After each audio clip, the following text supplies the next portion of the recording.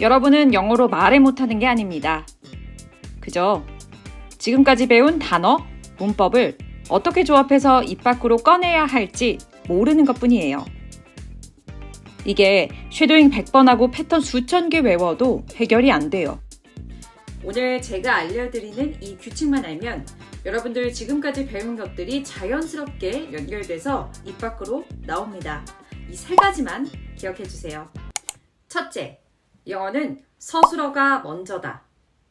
여러분 학창시절 영어 공부할 때 가장 많이 들은 말 1위는 주어 동사 찾아야지, 이 말 아닌가요? 근데 사실 주어 동사 이 개념 자체는 좀 정확한 표현이 아닙니다. 이게 무슨 말이냐고요? 주어와 동사는 같은 카테고리에 속하지 않아요.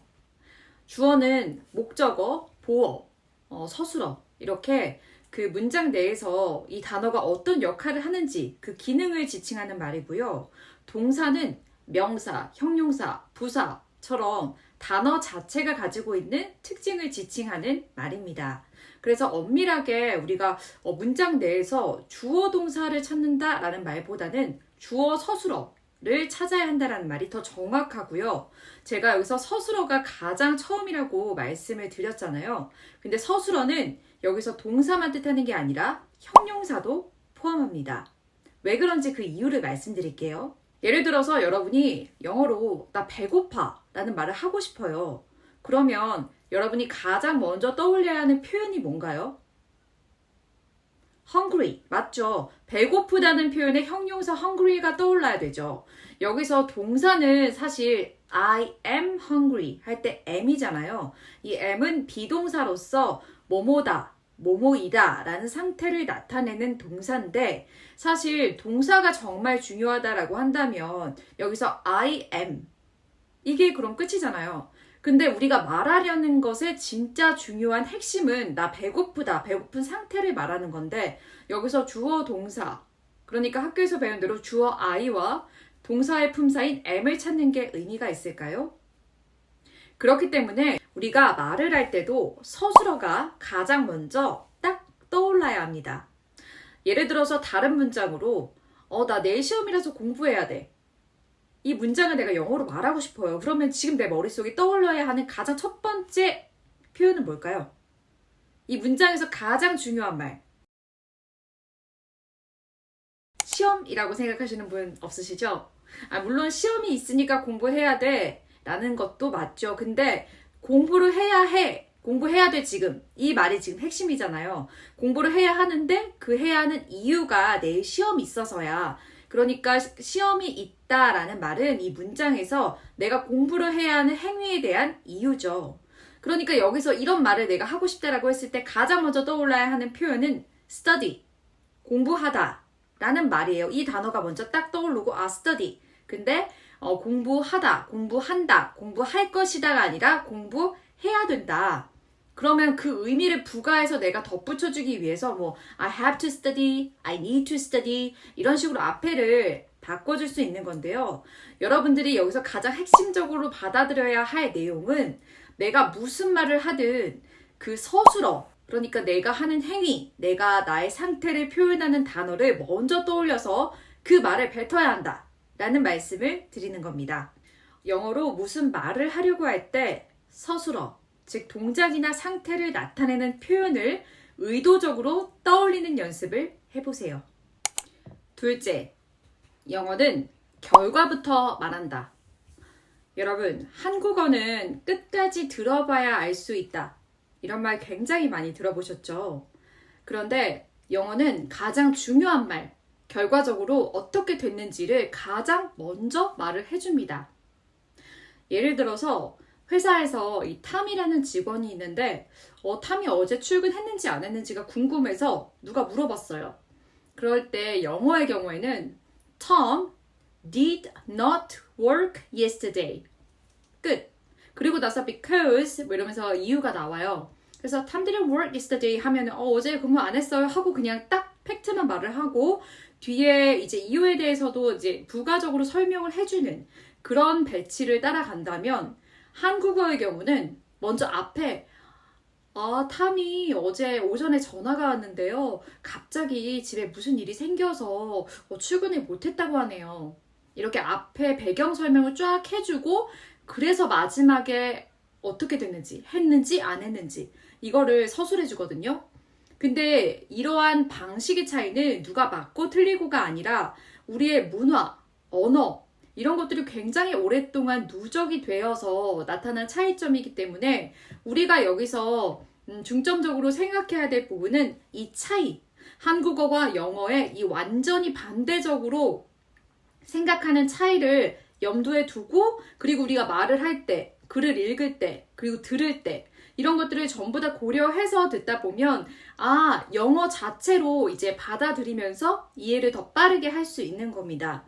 말하실 때도 결과적으로 그래서 내가 했는지 안 했는지, 맞는지 틀린지, 이것을 바로바로 먼저 뱉어주고, 그 뒤에 뭐 어떻게 했는지, 언제 했는지, 누구랑 했는지, 이런 것들은 다 부가적으로 뒤에 붙여주시면 됩니다.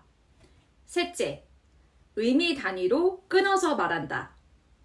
많은 한국 분들이 영어로 말씀하시는 거를 이렇게 들어보면 가끔 이렇게 AI처럼 들린다라고 생각할 때가 있는데요. 그 이유가 뭘까라고 생각을 했는데, 첫 번째로는 의미 단위로 끊어서 말을 하거나 이렇게 끊어서 듣거나 하시는 걸 잘 못하시더라고요. 그러니까 결국에는 내가 이 영어 자체를 한 덩어리, 의미 단위로 이해를 못하고 말을 못하기 때문에 그렇게 들리는 게 있고요. 두 번째로는 한국어의 특징을 영어에 똑같이 적용하시는 경우가 있는데요. 한국어는 음절 기반 언어이기 때문에 단어, 음절 하나하나가 같은 박자, 길이를 가지고 있습니다. 한국어는 장음 처리를 구어체에서는 많이 사용하지 않잖아요.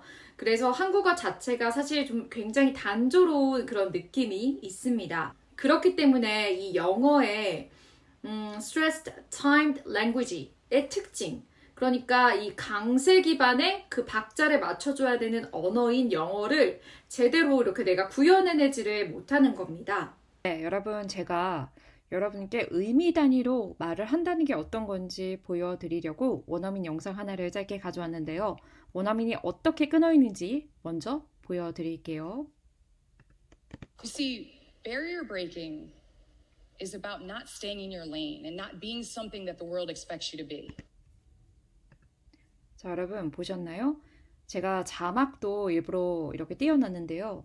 여러분들 자막 보시면서 이 원어민이 실제로 말할 때 어떻게, 어떤 의미 단위로 나눠서 읽는지를 잘 봐주세요. 첫 번째 문장 한번 보겠습니다.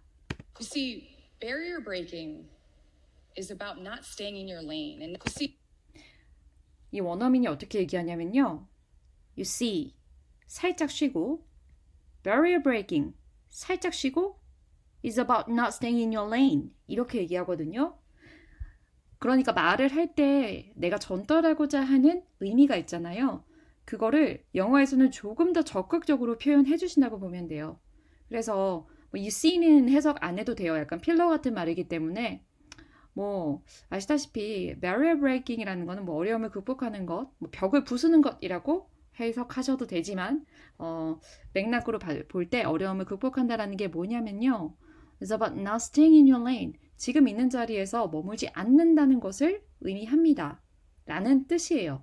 그래서 나중에 점점 더 영어 공부를 하시면서 이 영어를 보고 글자 그대로 이렇게 하나하나 이해하는 것이 아니라 이렇게 통째로 barrier breaking is about not staying in your lane, 이거를 이렇게 의미 단위로 내가 끊어서 읽을 줄 알아야 되고 이해할 줄 알아야 결국 이게 말로 나옵니다.